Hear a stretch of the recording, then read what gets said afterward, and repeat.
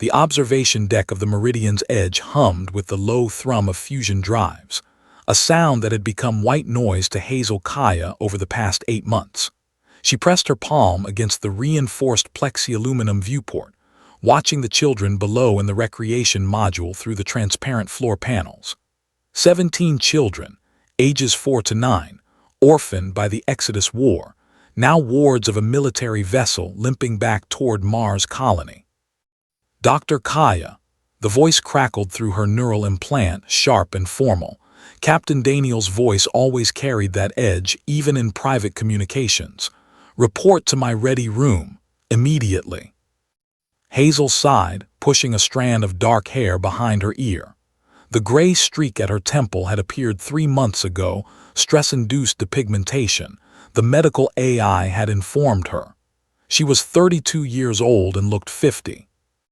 The corridor between the rec module and the captain's quarters stretched for 200 meters, lined with damage patches from the battle at Phobos Station. Hazel had memorized every scar on these walls. She knew this ship better than she'd known her apartment back on Earth, a place that probably didn't exist anymore. The swarm had been thorough.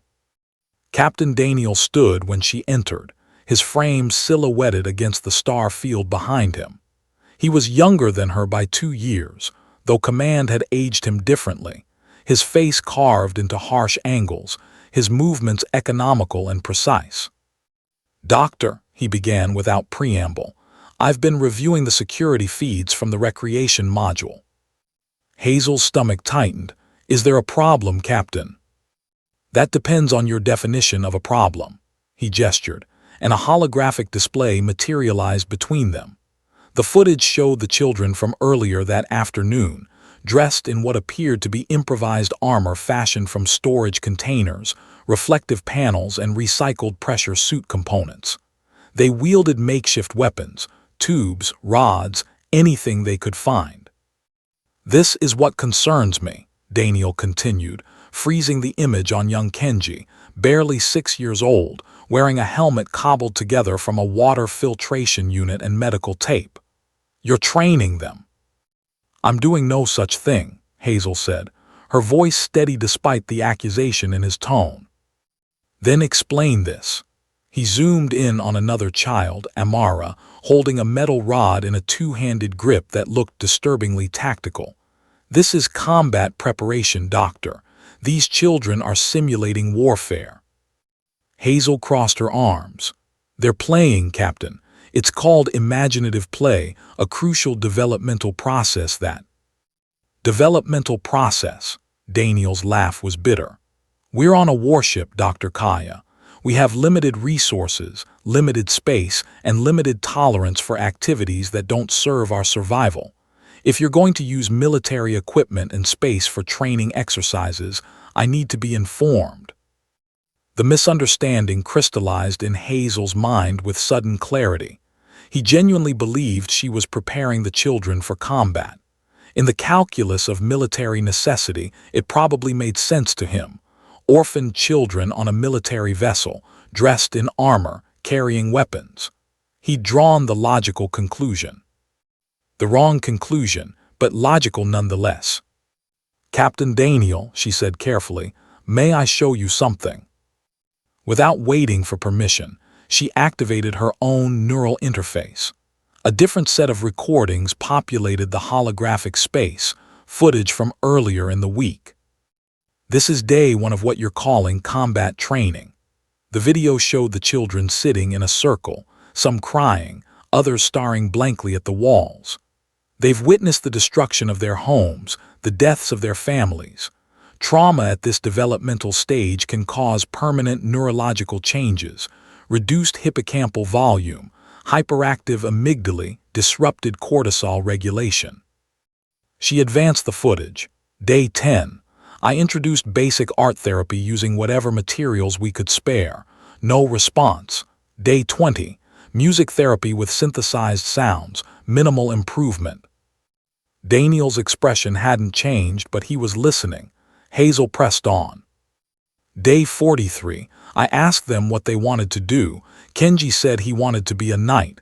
Amara said she wanted to be a space ranger. They wanted to play pretend. She pulled up the current footage again, so I let them. Using military equipment, Daniel interjected. Using recycled materials that would have been jettisoned anyway. Storage containers scheduled for disposal. Damaged pressure suit components that failed safety certification. Medical supplies past their sterility date.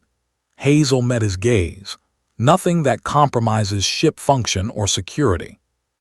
The captain was quiet for a long moment, studying the frozen images of the children. Young Kenji's smile was visible even through his absurd water filter helmet. Amara was laughing, her metal rod raised high in triumph. "You didn't request permission," he said finally. "Would you have granted it?" "No." "Then I chose to operate within my authority as the ship's chief psychological officer and beg forgiveness rather than ask permission." Hazel softened her tone slightly. "Captain, these children aren't soldiers. They're not going to be soldiers. They're traumatized kids who need to feel safe enough to be kids again." Daniel deactivated the holographic display, and the ready room felt suddenly smaller without the light. "Dr. Kaya, I understand your expertise in pediatric psychology, but understand my position. This ship has 347 souls aboard. We have enough provisions for 8 more months if we maintain strict rationing. Our weapon systems are operating at 62% capacity. Our medical supplies are critically low. Every decision I make has to prioritize survival." "And what are we surviving for?" Hazel challenged. "If we make it back to Mars colony with 17 traumatized children who can't function in society, who can't form relationships, who can't experience joy, what exactly have we saved?" The muscle in Daniel's jaw tightened. "Better traumatized than dead." "Is it?" The question hung between them like a gravitational anomaly, bending the space of their conversation. Daniel turned toward the viewport, his hands clasped behind his back in a posture Hazel had seen 100 times. It was his thinking stance, the position he adopted when wrestling with decisions that had no good outcomes. "When I was evacuating Phobos Station," he said quietly, "I had to choose which transport to prioritize. One carried medical personnel and equipment. The other carried civilians, families mostly. I chose the medical transport. 17 minutes later, the swarm destroyed the civilian ship. 234 people, doctor.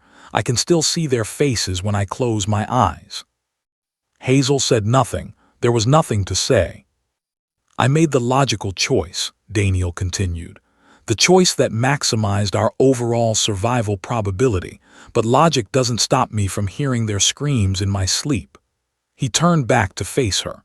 "You're asking me to prioritize play over preparation, joy over readiness, in a universe that's trying very hard to kill us all. I'm asking you to remember why we're fighting to survive in the first place," Hazel replied. "Those children playing dress-up, that's humanity, Captain. That's what we're trying to preserve. Not just breathing bodies, but people who can still imagine, still create, still hope." Daniel was silent for what felt like an eternity. Finally, he walked to his desk and pulled up a requisition form on the holographic interface. "Submit an official request for the materials you need," he said. "Include a detailed explanation of therapeutic objectives and expected outcomes. I'll approve it." Hazel felt something unclench in her chest. "Thank you, Captain." "Don't thank me yet. In exchange, you're going to do something for me." He pulled up another display, a psychological profile, heavily redacted. "This is Corporal Chen from Engineering.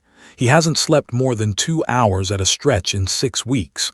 The medical AI flagged him for acute stress disorder. I need him functional, doctor. I'll schedule an evaluation."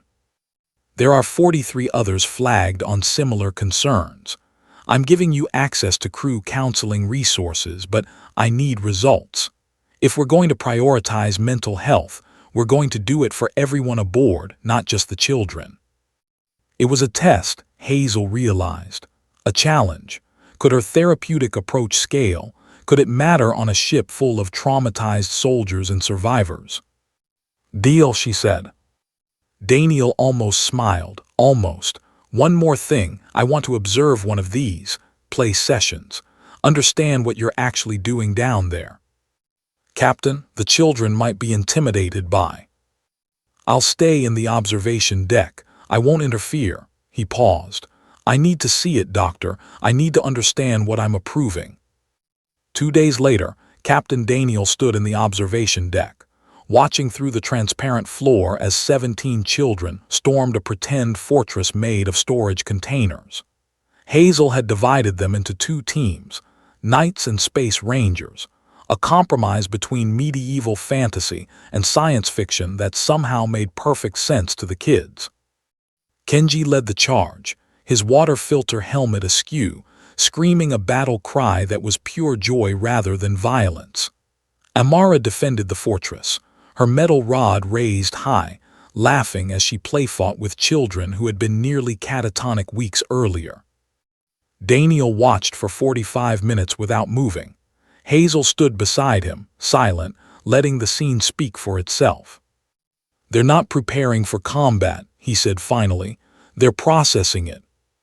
Yes. The armor makes them feel safe. The weapons give them agency. The play lets them rewrite the narrative on their terms. Exactly. He was quiet for another moment. Then, my daughter used to play like this before. He didn't elaborate on before, but he didn't need to. She had a cape made from a bath towel, said she was Captain Stardust, protector of the galaxy. Hazel glanced at him, seeing the grief that never quite left his expression. I'm sorry, Captain. Stow it, Doctor, we've all lost people. But his voice was gentler than usual. Keep doing this. Whatever you're doing, it's working. Below them, Kenji successfully captured the fortress, and both teams erupted in cheers. Someone started singing a victory song, off-key and enthusiastic. For what it's worth, Daniel added, if we do make it back to Mars Colony, those kids are going to need people like you more than people like me. We need both, Captain, warriors and healers, people who can fight for survival and people who can remember what we're surviving for. Daniel nodded slowly, then straightened his posture back to captain mode. I'll leave you to it, Dr. Kaya. I have a ship to run. As he walked away, Hazel heard him mutter something under his breath. Captain Stardust would have approved. She smiled, pressing her palm against the viewport again, watching the children play. Somewhere in the darkness between stars, the swarm was still out there. The war was far from over. But in this moment, in this small corner of a damaged warship, 17 children were learning to be human again. And maybe, just maybe, that was the most important battle of all.